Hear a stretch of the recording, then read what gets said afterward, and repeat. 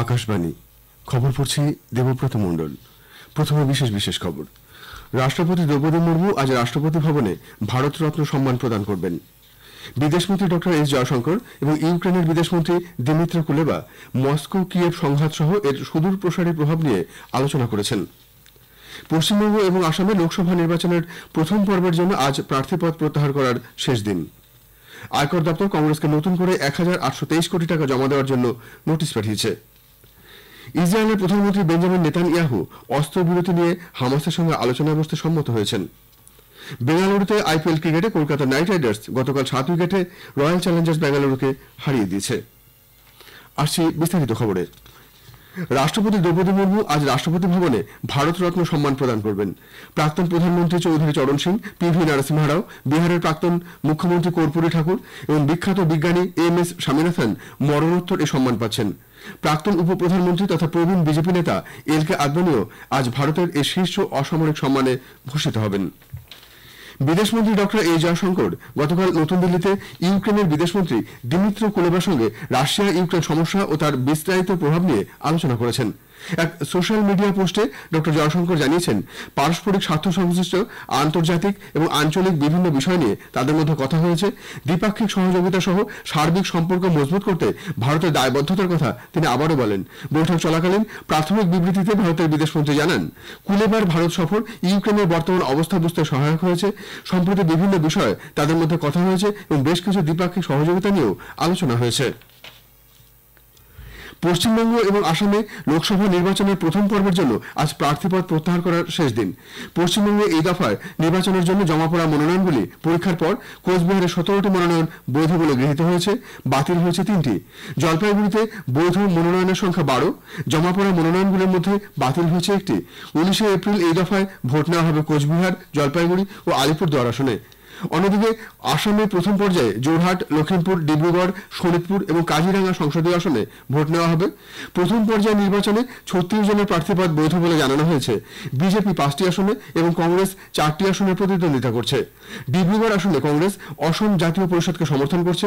এখানে অসম জাতীয় পরিষদের সভাপতি লুরিন জ্যোতি গগৈ কেন্দ্রীয় মন্ত্রী সর্বানন্দ সোনোয়ালের বিরুদ্ধে প্রতিদ্বন্দ্বিতা করছেন। তেলুগু দেশম পার্টি আজ অন্ধ্রপ্রদেশে আসন্ন বিধানসভা ও লোকসভা নির্বাচনের জন্য দলীয় প্রার্থীদের চূড়ান্ত তালিকা প্রকাশ করেছে। এই তালিকায় বিধানসভায় 9 জন ও লোকসভায় 4 জন প্রার্থীর নাম রয়েছে। এনডিএ জোটের অংশীদার হিসেবে টিডিপি 17টি লোকসভা ও 144টি বিধানসভা আসনে প্রতিদ্বন্দ্বিতা করছে।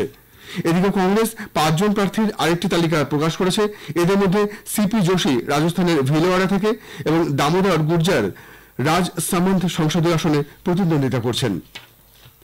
বিহারের গয়া, জামুই, নাওদা ও আওরঙ্গাবাদ আসনে প্রথম দফা নির্বাচনের জন্য জমা পড়া মনোনয়নগুলি আজ পরীক্ষা করে দেখা হবে। এই 4টি আসনে মোট 72 জন প্রার্থীপদ দাখিল করেছেন। গয়া আসনে সর্বাধিক 22 জন মনোনয়ন জমা দিয়েছেন। আওরঙ্গাবাদে 21, নাওদায় 17 এবং জামুয়ে 12 জন প্রার্থীপদ দাখিল করেছেন। মনোনয়ন প্রত্যাহারের শেষ দিন 2রা এপ্রিল। এই পর্যায়ে ভোট নেওয়া হবে আগামী 19 এপ্রিল। ভোট প্রক্রিয়া ও রাজনৈতিক দলগুলির কার্যকলাপ নিয়ে নির্বাচন কমিশনে সি ভিজিল অ্যাপে জমা পড়া অভিযোগের প্রায় 100% নিষ্পত্তি করা হয়েছে বলে কমিশন জানিয়েছে। লোকসভার ভোট ঘোষণার পর দেশজুড়ে সি ভিজিল অ্যাপের মাধ্যমে সারা দেশে 79,000 অভিযোগ জমা পড়েছে, যার মধ্যে 89% অভিযোগ জমা পড়ার 100 মিনিটের মধ্যেই নিষ্পত্তি করা হয়েছে বলে কমিশন সূত্রে খবর। বেআইনি হোর্ডিং নিয়ে 58,000-এর বেশি অভিযোগ জমা পড়েছিল। ভোটারদের প্রভাবিত করতে উৎকোচ, উপহার বিলি সংক্রান্ত 1,400টি অভিযোগ জমা পড়ে।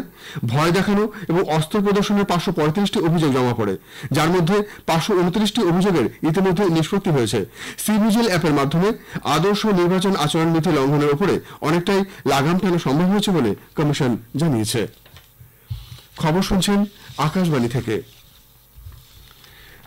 আয়কর দপ্তর কংগ্রেসকে নতুন করে 1,823 কোটি টাকা জমা দেওয়ার জন্য নোটিশ পাঠিয়েছে। সরকারি সূত্রে জানা গেছে, বিগত বছরে এই টাকা আয়কর দপ্তরে পাওনা রয়েছে। কংগ্রেস সভাপতি মল্লিকার্জুন খাড়গে অভিযোগ করেছেন যে বিরোধী দলগুলিকে হয়রান করতে আয়কর দপ্তরকে কেন্দ্রের বিজেপি সরকার ব্যবহার করছে। এক সোশ্যাল মিডিয়া পোস্টে শ্রী খাড়গে অভিযোগ করেছেন, আয়কর দপ্তর ইতিমধ্যেই কংগ্রেস দলের অ্যাকাউন্ট থেকে 135 কোটি টাকা তুলে নিয়েছে। জনসাধারণের কাছ থেকে এই অর্থ দল সংগ্রহ করেছিল বলেও জানান তিনি। হতাশা থেকেই কংগ্রেস নেতারা আয়কর দপ্তরকে নিশানা বানাচ্ছে বলে বিজেপি অভিযোগ করেছে। আজ নতুন দিল্লিতে এক সাংবাদিক বৈঠকে দলের মুখপাত্র সৈয়দ জাফর ইসলাম বলেন, কংগ্রেস আয়কর জমা দেওয়ার ক্ষেত্রে সঠিক পদ্ধতি মেনে চলেনি। যে কোনো রাজনৈতিক দলের প্রতি বছর আয়কর রিটার্ন জমা দেওয়া বাধ্যতামূলক হলেও কংগ্রেস তা লঙ্ঘন করেছে। নির্বাচনের আগে কলকাতা আয়কর দপ্তরের তল্লাশিতে বিপুল টাকা উদ্ধার হয়েছে। চেতলায় একটি ছাতু প্রস্তুতকারী সংস্থার অফিসে তল্লাশি চালিয়ে আয়কর দপ্তর নগদ 58 লক্ষ টাকা বাজেয়াপ্ত করেছে। বুধবার থেকে ওই সংস্থার মালিকের অফিসে তল্লাশি শুরু হয়।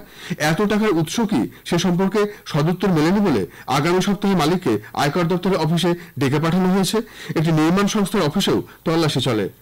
অন্যদিকে রাজ্য পুলিশের এসটিএফ নদিয়ার রানাঘাট থানার নাসরাপাড়া স্কুলের কাছে গতরাতে 90 লক্ষ টাকার আফিম উদ্ধার করেছে। রাজু মণ্ডল নামে বছর 39-এর এক ব্যক্তিকে গ্রেপ্তার করা হয়েছে। তার কাছ থেকে উদ্ধার হয়েছে প্রায় 10 কেজি আফিম। মাদক আইনে তার বিরুদ্ধে মামলা রুজু করা হয়েছে। ভারতীয় আবহাওয়া দপ্তর আইএমডি আজ থেকে উত্তর পূর্ব ভারতে বজ্রবিদ্যুৎ সহ ভারী বৃষ্টির পূর্বাভাস দিয়েছে। অরুণাচল প্রদেশ, অসম এবং মেঘালয়ে বিচ্ছিন্নভাবে প্রবল বৃষ্টি এবং তুষারপাতের সম্ভাবনা রয়েছে। ওড়িশা, গাঙ্গেয় পশ্চিমবঙ্গ, ঝাড়খণ্ড এবং বিহারে বিক্ষিপ্তভাবে হালকা থেকে মাঝারি বৃষ্টি হতে পারে। আইএমডি জানিয়েছে, জম্মু কাশ্মীর, লাদাখ, গিলগিট, মুজাফফরাবাদ, হিমাচল প্রদেশ এবং উত্তরাখণ্ডেও ভারী বৃষ্টি ও তুষারপাতের সম্ভাবনা রয়েছে। ইসরায়েলের প্রধানমন্ত্রী বেঞ্জামিন নেতানিয়াহু হামাসের সঙ্গে অস্ত্রবিরতি চুক্তি নিয়ে আলোচনায় ফিরতে সম্মত হয়েছেন। তার দপ্তর সূত্রে জানানো হয়েছে, নেতানিয়াহু জানিয়েছেন, কাতারে ইসরায়েলের প্রধান সমঝোতাকারীদের সঙ্গে তার কথা হয়েছে এবং কাতারে অস্ত্রবিরতি নিয়ে আলোচনায় যোগ দিতে ইসরায়েলি প্রতিনিধি দলকে তিনি অনুমোদন দিয়েছেন। নেতানিয়াহুর এই ঘোষণা হামাসের সঙ্গে সমঝোতায় পৌঁছানোর আরেকটি প্রয়াস বলে মনে করা হচ্ছে এবং এর ফলে ইসরায়েলি পণবন্দীদের মুক্তির বদলে গাজায় ইসরায়েলের সামরিক অভিযান বন্ধ থাকবে। প্রায় 6 মাস ধরে যুদ্ধ চলার প্রেক্ষিতে মার্কিন যুক্তরাষ্ট্র, কাতার এবং মিশর আরেকবার অস্ত্রবিরতির জন্য মধ্যস্থতার চেষ্টা চালাচ্ছে। উল্লেখ্য, গত নভেম্বর মাসে প্রথমবার পণবন্দীদের মুক্তি দেওয়া হয়েছিল। গাজায় ইসরায়েলের উপর্যুপরি হামলা চালানোর প্রেক্ষিতে গতকাল আন্তর্জাতিক ন্যায়ালয়, ইন্টারন্যাশনাল কোর্ট অব জাস্টিস, দুর্ভিক্ষ এড়াতে গাজায় নিরবচ্ছিন্নভাবে সাহায্য পাঠানোর জন্য জেরুজালেমকে নির্দেশ দেয়। গাজায় আগামী কয়েক সপ্তাহের মধ্যে দুর্ভিক্ষের আশঙ্কার আবহে আন্তর্জাতিক ন্যায়ালয় সর্বসম্মতভাবে এই সিদ্ধান্ত গ্রহণ করে। সন্ত্রাসবাদী আক্রমণের সম্ভাবনার কারণে পাকিস্তানের দাসু ও দিয়ামের ভাষাবাদ প্রকল্পের কাজ বন্ধ রেখেছে চীনা নির্মাণকারী সংস্থা। এদিকে চলতি মাসের 26 তারিখে খাইবার পাখতুনখোয়া প্রদেশে চীনা নাগরিকদের উপর আত্মঘাতী হামলার তদন্তে সে দেশে তদন্তকারী দল ইসলামাবাদ এসে পৌঁছেছে। এই হামলায় 5 চীনা নাগরিক ও গাড়ির চালক 1 পাক নাগরিক নিহত হয়। মিডিয়া রিপোর্ট অনুযায়ী এই মুহূর্তে পাকিস্তানে 1200-এর বেশি চীনের নাগরিক চীন পাকিস্তান অর্থনৈতিক করিডর সিপিএসি এবং অন্যান্য প্রকল্পে কাজ করছে। বেঙ্গালুরু এম চিন্নাস্বামী স্টেডিয়ামে গতকাল আইপিএল ম্যাচে কলকাতা নাইট রাইডার্স 7 উইকেটে রয়্যাল চ্যালেঞ্জার্স বেঙ্গালুরুকে হারিয়ে দিয়েছে। কলকাতা টসে জিতে বেঙ্গালুরুকে ব্যাট করতে পাঠায়। বেঙ্গালুরু নির্ধারিত 20 ওভারে 6 উইকেটে 182 রান তোলে। বিরাট কোহলি 83 রানে অপরাজিত থাকেন। আন্দ্রে রাসেল ও হর্ষিত রানা 2টি করে উইকেট নেন। জবাবে ব্যাট করতে নেমে কলকাতা 16 ওভার 5 বলে 3 উইকেট হারিয়ে প্রয়োজনীয় রান তুলে নেয়। ভেঙ্কটেশ আয়ার 50, সুনীল নারিন 47 রান করেন। অধিনায়ক শ্রেয়স আয়ার 39 রানে অপরাজিত থাকেন। বেঙ্গালুরু হয়ে ভাইশাখ বিজয় কুমার, মায়াঙ্ক ডাগার ও ইয়াশ রয়্যাল 1টি করে উইকেট নিয়েছেন। কলকাতা সুনীল নারিন ম্যাচে সেরা হয়েছেন। এদিকে ওয়েস্ট ইন্ডিজের প্রাক্তন বোলার সুনীল নারিন এদিন 500তম টি20 ম্যাচ খেললেন। বিশ্বের 4র্থ ক্রিকেটার হিসেবে এই নজির গড়লেন তিনি। মাদ্রিদ স্পেন মাস্টার্স ব্যাডমিন্টন প্রতিযোগিতায় মহিলাদের সিঙ্গলসের কোয়ার্টার ফাইনালে ভারতের পিভি সিন্ধু থাইল্যান্ডের সুপানিদা কাতেথাংয়ের কাছে 26-24, 17-21, 20-22 পরাজিত হয়েছেন। মিক্সড ডাবলসে ভারতের এম সিক্কি রেড্ডি এবং বি সুমিত রেড্ডি সেমিফাইনালে পৌঁছেছেন। কোয়ার্টার ফাইনালে তারা লিজা আয়ু কুসুমাবতী এবং রেহান কুষার জান্ত জুটিকে 14-21, 21-11, 21-17 পরাজিত করেন। সেমিফাইনালে তারা ইন্দোনেশিয়ার প্রতিদ্বন্দ্বীদের বিরুদ্ধে খেলবেন। মোহামেডান স্পোর্টিং আজ নৈহাটি স্টেডিয়ামে আই লিগ ফুটবলের গুরুত্বপূর্ণ ম্যাচে ইন্টার কাশীর বিরুদ্ধে খেলবে। মোহামেডান স্পোর্টিং এই মুহূর্তে 21 ম্যাচে 48 পয়েন্ট নিয়ে লিগ শীর্ষে রয়েছে। এই ম্যাচ জিতলে কলকাতার দল লিগ খেতাব জয়ের পথে আরও এক ধাপ এগিয়ে যাবেন। এদিকে বেশ কয়েকদিন বিরতির পর আজ আইএসএল আবার শুরু হচ্ছে। বেঙ্গালুরু কান্তিধাম স্টেডিয়ামে বেঙ্গালুরু এফসি ওড়িশা এফসির বিরুদ্ধে খেলবে। খেলা শুরু হবে বিকেল 5টায়। শেষ করার আগে বিশেষ খবর আরেকবার। রাষ্ট্রপতি দ্রৌপদী মুর্মু আজ রাষ্ট্রপতি ভবনে ভারতরত্ন সম্মান প্রদান করবেন। বিদেশমন্ত্রী ডক্টর এস জয়শঙ্কর এবং ইউক্রেনের বিদেশমন্ত্রী দিমিত্রি কুলেবা মস্কো কিয়েভ সংঘাত সহ এর সুদূর প্রসারী প্রভাব নিয়ে আলোচনা করেছেন। পশ্চিমবঙ্গ এবং আসামে লোকসভা নির্বাচনের প্রথম পর্বের জন্য আজ প্রার্থীপদ প্রত্যাহার করার শেষ দিন। খবর এখনকার মতো এ পর্যন্ত।